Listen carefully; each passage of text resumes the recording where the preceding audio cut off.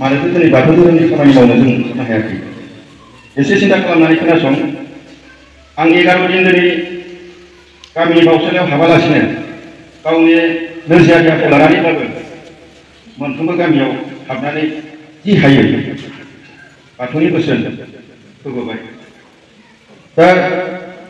लाजिनो गोनां बाथ्रा, दा जोंनि गामिनिफ्राय गोबाङा गोरों मानसि दङ। दिनै बिथांमोनाबो ओंखार आरो धोरोमनि बाथ्राखौनो जुदि खनसेनो जुदि मोनथिजोब्बायबा होमबालाय मानोथो दिनै रं खालामबाय थादों जोङो? गोरोन्थिया जोंनाव मानो फैबाय थायो? गोरोन्थिखौनो नुबाय थायो जोंनि गेजेराव। बेनिखायनो खावलायदों धोरोमनि बोसोन आरो धोरोमनि आसार खान्थिखौ टेनसन लानानै सोलोंजाब्रबनाय मोनसे नीति नङा। बेनिखायनो बेखौ गोबां धैर्यनि गेजेरजों जायहा धोरोमनि बाथ्राखौ सिन्था सारा खालामनो सानदों गावनि न'खर दैदेननायनि गेजेरजों बियो धैर्य खालामनांगोन। बबावबो मोनफ्रोमबो जोङो गामियाव हाबनानै गुबै आफादनिफ्राय नुनो मोनाखै। बांद्राय गोसो जाफ्लांबाय आङो। एसे लासैसो रायज्लायनो आङो मालायनाजों जों खोनाया आरो जोंनिफ्राय जे गुबुनाव बारलाङा, बबावबा साहा गला बहाबा बिफां सायाव रायज्लायनाय बायदि जाया। बिफां खावलायनो 12 बोसोरनि थांबाय। नाम्बार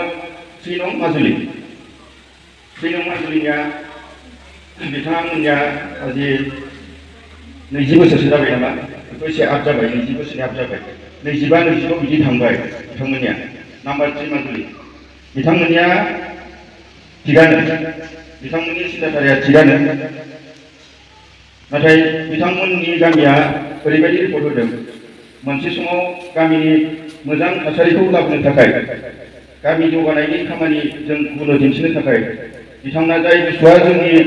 जिउआव नाङा बे बुस्थुखौ जोङो जोंनिफ्राय जानगार बानायनांगौ होननानै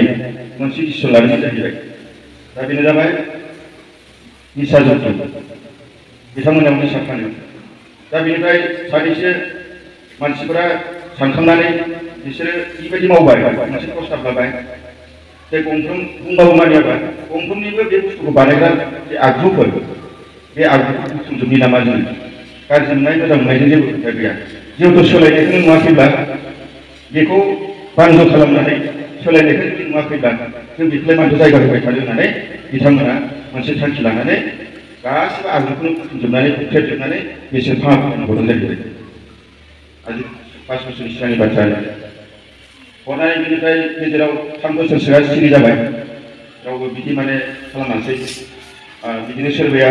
सोरनिबा कवारिफ्राव थांनानै अन्थाइ बोखांहैबाय, माबा मोनसे खालामहैबाय। बिदिनो सोरबाया फिसा फिसा माबा मोनसे बेफार बानिज्य खालामबाय। दा बिदिनो दैदेनगिरिफ्रा ओरैबायदि रायखोमा जाबाय। खहा जादोंबा जोंहासो जागोन, बिसालाय मा जादों? बिदि मोनसे माबा रि जाफिनबाय थाबाय बाथ्राफ्रा। बिसा मावो जादों, जोंहा सोलिनांगौ बेखौ माने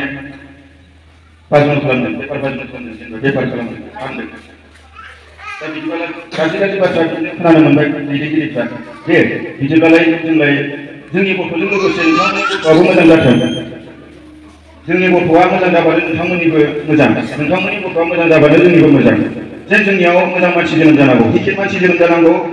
10 बोसोर 15 बोसोरनि गेजेराव जोंनि गेजेराव मा जानांगौ? साख्रि मावनाय मानसि बुजिनांगौ, रोंगौथि लानानै बे बाथ्राखौ सिन्था खालामनानै जुदि बन्द खामसेयाव जों जुदि गाज्रि सोंखारि जायोब्ला होमबालाय जोंहालाय गावनि जानानै मानसिखौ होखाबाय थानांगौ। बेबायदि सानबाय आरो सानैसो बिबानगिरिया बिदि जोंनो रिपर्ट होबाय। दा बिनिफ्राय दे बिदिब्लालाय नोंथांमोननि गोसोसै, होमबा जों मोनसे बेयाव प्रस्ताब लानाय जागोन। नोंथांमोना बेखौ बेखौ नोंथांमोना ग्रहन खालामनो बेबायदि होननानै बुंबाय जायो। प्रस्ताब लिरनानै ओरैबायदि लिरबाय, जाय न'खराव बे बुस्थुखौ फानो बे न'खराव मायाबा मोनसे आलादा जुदि जाथाय जायोबा रायजा ओंखारगोन। नाथाय फाननाय, बे बुस्थुखौ फाननायनि गेजेरजों मायाबा हायखायजा, मायाबा फिसालाजों, मायाबा फिसाजोजों, बा मायाबा बिफाजों, मायाबा बिमाजों मायाबा मोनसे जुदि सोमजिखाङोबा रायजोआ बेयाव थांनाय जानाय नङा। बेखौ बिथांमोना प्रस्ताब लाबाय जादों। दा बेखौ फानग्राफ्राबो गनायथि होबाय। जागोन जाहैबाय नामा? थारमाने दा सोलिबाय थायो आरो। दा बेबायदि दा बिसिनाव बिथांमोनाव बाखिया गासै थिगानो दं। नैबे बुस्थुआ बिसिनाव नांथानानै बिसिनाव गाज्रि। दा दिनै नाम्बार 3 माजुलिया एसे बेकवार्ड। बावैसो 10 बोसोरनि सिगां बा 7 बोसोरनि सिगां लामाफ्रा मोजां जाबाय। नाथाय बै समनिफ्राय सोरबा एसे फरायदोंमोन, नाथाय फरायदोंबाबो बिथांमोननिफ्राय साख्रि मावनाय गैया दासिमबो बे नाम्बारसिम माजुलियाव साख्रि मावनाय गैया अनलि दाख्लै सासेल' मास्टार मोनबाय जेनेबा सासे मास्टार मोननो हाबाय दा बेखौनो माने बिसोरो रायखांनानै थुलुंगा होनानै बाथ्राखौ बुंनो गोनां जासिगोन होननानै जोङो रिपर्ट होयो बे मोनसेल' आरो बाखि थिगानो बालाबारि एसे थैजौ हमनानै ला बालाबारिया जाबाय बालाबारि बिथांमोननिया गोदान माने 12 ना माल' दं बिथांमोननिया खोब माने बिथांमोनहा मा नांगोन रांखावरियाव अभाब आरो गोनां मानसि गैया मोनसे न'खरा हा हगारनाय थानसालि लुनो हा हगारना होबाय बावाखैनि दाख्लैसो माने हगारनाय बायदि दा बेयाव फिसा थानसालि लुदों माने जिरायथ'नो आथा लुदों बिथांमोना रांबो होलायनो हाया दा बिथांमोननि रिपर्टखौ जों बेखिनि मोनबोनो हादों बर्थमान बिथांमोननियाव बै बुस्थुआ फाननाय गैया आं जों मोजां मोनबोदों निसय बिथांमोना सानसे मोजां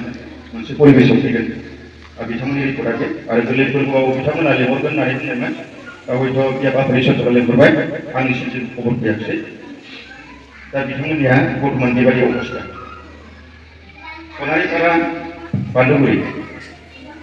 सनारिपारा बान्दुगुरिनिया मोनसे समाव 15 बोसोरसो आं थांदोंमोन बिसिनाव थांदोंमोन थानसालियाव बे समाव एरै जानानै बिथांमोननिया थारमाने बिथांमोननियाव दङ बिथांमोनावबो धोरोमनि खामानि मावनो आरो थानसालिफोरखौ मोजां हाबना साना खालामनो न'खर दङ जों नायनानै नुफैबाय अबहेला रोंगौथियाबो दङ एडभकेटआनो सासे ना सानै दं बिथांमोननिया आरो एसे धोनिफोर दङ बिथांमोना माने नाजानाय गैया बिथांमोना मोनसे खामानि मावना लादों खाथियावनो बेसेबां हिजावना लाबाय हाया बेफोरखौबो जों रायज्लायनाय जादों बिथांमोनजों दा बेवहाय सिगांनि जि आं थांनायाव नुदोंमोन बेबायदि गिदिर नुनो मोनासै दाख्लै थांनायाव दा बेवहाय सासे मानसिया मोजां मानसि हाबसनबाय बावाखै 5 बोसोरल' जाबाय गथ'ल' होनाय बिथाङा गाजा बादोंमोन बिथाङा हाबनानै बेयाव थाहैबाय दा अनलि बेनो दायो सालायो होननानै बुंनांगोन आरो थानसालियाव गोदान मानसि खिन्थु गोजाम मानसियासो आं जाय न'खरा बेयाव गैयामोन होनना आं सानखांबाय थायोमोन आं जायखौ बेयाव गैया होननानै सानो बिथांमोननि जि न'खरा आरो बिथां बुंबोयो बिबार बाथौ बुंफैयो खोब मोजां मोनदों खुसि मोनदों जाय न'खराव जों मालाबाबो हाबनो मोनामोन हाबथ'नो नङाब्ला हाबनोबो मोननाय नङामोन नाथाय बिनि सिथ्लायाव थांनानै जों मोनजाबोबाय गोजोननाय मोनदों बिथांमोननियाव जेबो रिपर्ट गैया रिपर्टआ मोनसे दङ माने सानैसो बेबायदिनो बे हिसाब लानानै सम नांलायो खमलायो रायजोनि माबाखौ मानिनो नागिरा नितिफोरखौ मानिनो नागिरा मा थांनो थांला फैसा खांनाय मानाय बेबायदि मोनसे अजद सानैसो माने फैयो बेल' बाखि बेखौ जोङो उनाव आपना आपनि गावनो जोबलांगोन सेलमारि गेजेर माखा बिथांमोननिया नङा होमबा दखानाव सोरां फोथार दखानानै न'खरा बेंग्रा जालांगोन फाख्रिबारि दा बेफोरखौनो बुंनांसिगोन जोङो जे बेबायदि खालामनाङा जोंनि साखाथियाव बिदि गामि दङ जोंनि आदामोन आबैमोन बुंदोंमोन दिनै बिथांमोनाव ओरैबायदि समस्या जागासिनो दङ आरो नोंथांमोनाबो बेखौ लुबैयो नामा बेबायदि मोनसे तुलना होनानै बाथ्राखौ बुंनो गोनां जागोन दिनै 1 नम्बरावनो जोंना बिसोर ओंखारबोयो रिपर्टआ बेबायदि मोनसे गासै मोनसे दिनाव मेसेजखौ सोलिबाय थादों आरो बेखौ जोङो बबेबा गामियाव जेनेबा 50 खराव 10 खरा माने बेबायदि मोनसे सोलियो दा 40 खरा थिगानो दङ आरो 10 खरखौ जोङो फोजोबनोबा जों माखौ रायखांनांगोन नङा होमबा बेयाव रायखांनांगौ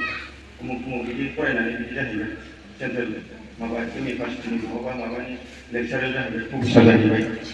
नङा होमबा दा बिदिनो जों गाज्रिखौ लानानै बबे गामिया बांसिन गाज्रि जालांगासिनो दङ बेखौ लानानैनो जों बबेबा बै 10 जन न'खरखौ जोङो फोसाबनो हायो नामा बै तुलनाखौ होनानै माने बाथ्राफोरखौ बुंनो गोनां जादों दा जोंनि बेनि बेलायाव मोनब्रै गामिनिफ्राय खालामबानो जाया फुराबारि फाख्रिबारि आरो बै सोरां फोथार आरो बालाबारि बिथांमोननि थासारिया माबोरै बेखौ लानानैनो बुंनो गोनां जायो दा बहुद साननो गोनां आरो जों सोलायथायाखै दा जों बेखौ स्पेसियेलि बुंदों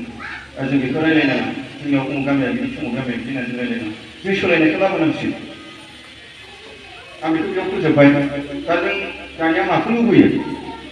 गोरलैनि फोरबोनि खोथा दा सोरबाया बेखौ सोलिदों बिथांमोना बुंनांगोन आरो जों मोनबाय थायो बे बुस्थुआ रिजाबाय थायो जोंनि फोरबोआ रिजाबाय थायो रिजाबाय थानायखौ जों रायखांबाय थानो हयथ' गोनांथि गैया होननानै सानो जाय बिथांमोना दायो जोंनि बिबुंथिगिरि बिथांमोना बुङो दा जों दिनै आं गामि दावबायनानै आं ओरैबायदि बाथ्रा बुंबोबाय जोंनियाव मानि थाखाय फैयाखै जोंनाव फैनो लुबैयो दैदेनगिरिफ्रा माने जोंनि माखासे थासारिफोरखौ मोजां नुलांनायखाय बिथांमोननाव बुंनांगौ बाथ्रायानो गैया आरो बुंनांगौनि सिगां जोंखौसो बुंग्रोयो बिसिनाव गोनांथि गैया बिसिनावलाय मान जानो ओंखायनो जोबथायाव लादोंमोन बेयावहाय मोननै पार्टिया हाबनो गोनांमोन बिथांमोना मा जाखोथाय बन्द' जाबाय बिथांमोना गिदिंनो हायासै माने बाइकबो थाव सोनोबो मोना आं दिनै साइकेलजों थांदों बबेबा गामियाव 100 होदों बबेबा गामियाव 50 होदों एसे माबाफ्राव एसे न'खरनि माबाफोरा थानसालिफ्रा एसे माबाबा र' गंथामसो बायनो हाथों होननानै 100 थाखा होबोदों दा 11 बाराव आंहा बेसे थांदों खिन्थु थाव सोनोबो बाइकआव थाव सोनोबो फैसा मोनो दिनाव जोंहा फैसा दंना गैया आं हमनोनो हायासै साहा लोंनानै नों लोंनांगौ बेबायदि मोनसे थासारि आरो दा जों बेखौ गुवारै बुंनानै लानांगौ गोनांथि गैया बेयाव मोनसे दङ आं दा एसे उनाव बुंगोन बे भेजाला मानो जादों जानो हाया बेबो जोंनि गोरोन्थि जानानै दङ जों दाबो बेखौ फल' खालामनो हाया बेबो जोंनि धोरोमनि गाज्रि मोनसे देखायनाय बायदि जायो दा जोंहा मोनसे इसोरखौ सिबिनायजों जों जे बाथौखौ सिबिगासिनो दङ जों मोनसे सोलायनायखौ जों माबोरै लाबोनांगोन सोलायनायाथ' हारसिं जानाय नङाना सोलायनांगौबा जों नों आंनो जोंनि बेबस्था लानांसिगोन नङा होमबा नों आंनो बेबस्था लानांगोन जोंनि गंफ्रोमनिबो न'खराव मोनसे नायथावना आरो मोनसे सोमोनांथावना मोनसे मोजां मोनसे जोंनि गेजेराव साननो हानाय सुबुं जोंनि गेजेराव मानसिजों जोनोम जानांसिगौ होननानै आं सानो आरो दा जोंनि गेजेराव दाबो जोंनि गामियावबो दासिमबो माने उन्दै बैसोनि बाथ्रा जों रायज्लायफ्लांबाय थायो बेनिफ्राय एसे जानगार जाबा मोजां आं सानो दा जोंनि बैसोआ 40 जाबाय 40 हाबबाय मानसिनि जिउआव सोलिनाय आरो आखुथायफोरा आलादा आलादा जेब्ला जोङो जोनोम लानानै एसे देरदोंमोन जों हाद्रि बालाजों गेलेदोंमोन एसे देरबाय जोङो गावनियाव मायाबा नाङोबा सायो जों बेखौ मोनथिबाय अब्ला जोङो मा खालामबाय दैयाव थांनानै दुगैनो जों सोलोंबाय बिमा बिफाया बहाबा थांनो नागिरबा थांफानो नागिरनाय बेबायदि गोसो जाबाय आलादा आलादा थायो मानसिनि जिउआव स्टेप बाय स्टेप थायो आखला जेब्ला जोङो 18 बोसोर 10 बोसोर जाबाय बे एसे सोलायनांसिगोन बिनि आखला बिमा बिफाखौ मान होनो हाग्रा बेबायदि खेमथानि मोनसे आखुनि मानसि जानांसिगोन जेब्ला जोङो बैसो 20-50 जाबाय होमबा जोंहा बैसोआ एसे जाबाय जोङो मोनफ्रोमबो खामानिखौ जों मावनो जों हासै रायजोनि जा धोरोमनि जा न'खरनि उन्नतिनि खोथायानो जा बेखौ जों मावनो हासै जों बिदि मोनसे आखल दा जेब्ला जोङो एसे बोरायबाय बिहामजो मोननायनि सम जाबाय होमबा बिनि आखला आरो सोलायबावनांसिगोनलाय सोरबा सेंग्रा गोरलैनि बायदिबा जानाय नंलालाय आरो सोलायथारनांसिगोनलाय जे नोङो बिदि जानानै सोरबा गथ'जों मान होजानाय बेबायदि मानसिजों जानांसिगोन आरो जेब्ला बोरायथारबाथ' जों टटेलि माने सोलायनांसिगोन जोंहा माने समाज सफैबाय बे बुहुमनिफ्राय जों थांनो गोनां बेयाव जों मा मावनांसिगौ जेब्लासिम माने जोंखौ जे मानसि हिसाबै जों साननो हानाय बे खामानिखौ जों मावनांसिगोन बे बैसोआव धोरोमनि खामानि मावनांसिगोन न'खर जौगानायनि खामानि मावनांसिगोन समाजाव गाज्रि माबा मोनसे थासारिफोरनि फारसे जों मा खालामनो हायो मा खालामनो हाया जों बेखौ रायज्लायनांसिगोन जोंनि 10, 12, 15, 20 बोसोरनि बैसोजों जों खुलुमजानाय जों आखल सोरजिना लानांसिगोन बेबायदि मोनसे आलादा आलादा थायो आरो जोंनि जिउआव आखलफोरा दा जों ओरैबायदि खालामना लायो आं दिनै थारिखआव ओरै बुंनो लुबैदों जे बाथौखौ जों खुलुमदों नाथाय जों महर होनो हायाखै महर होनो हाथारनांगोन जों महरा माब्रै गुबुना मोनथिलाङोबा जोंखौ बाख्नायनाय बे मोनसे आखल जोंनियाव धोरोम सिबिनायनि बेलायाव जों एक जानानै मोनसे इउनिफर्मजों फैनाय बे जोंनि मोनसे धोरोमनि मोनसे मोजां खामानि बेफोरबो दा जों दिनै न'खर जाबाय नङा होमबा सोरबा बिहामजा फैबाय बबेबा न'खराव सुबुं मानसिफ्रा हाबफैबाय बे न'खराव हाबफैब्ला नों मा खालामनांगोन दा बेखौबो जों सोलोंनांगोन जुदि हाबफैनानै नोंथाङा जे फंसेबो राव जुदि होआसैबा बे सुबुंखौ बा जिरायनो होआसै बा माबा मोनसे सोंनाय फिननाय गैला जे बहा फैदोंमोन सोरखौ नागिरफैदोंमोन बेफोरनिबो जेबो सोंनाय गैला न' सिङाव खोब थांना थानाय बेबायदि हुदा जोंनि गामिफ्राव दङ दा बेफोरो जोंनि धोरोमनि एसे माइनास पइन्ट जायो धोरोमनि बेलायाव आरोना माइनास पइन्ट जायो जेब्ला जोंनि न'खराव सोरबा फैनानै जुदि जों मोजां राव होजायोबा बै सुबुङा मोजां बुंनांसिगोन जे सोलायनाय फैबाय बाथौखौ सिबिनानै बर' जाथिया बे मोनसे जोंनि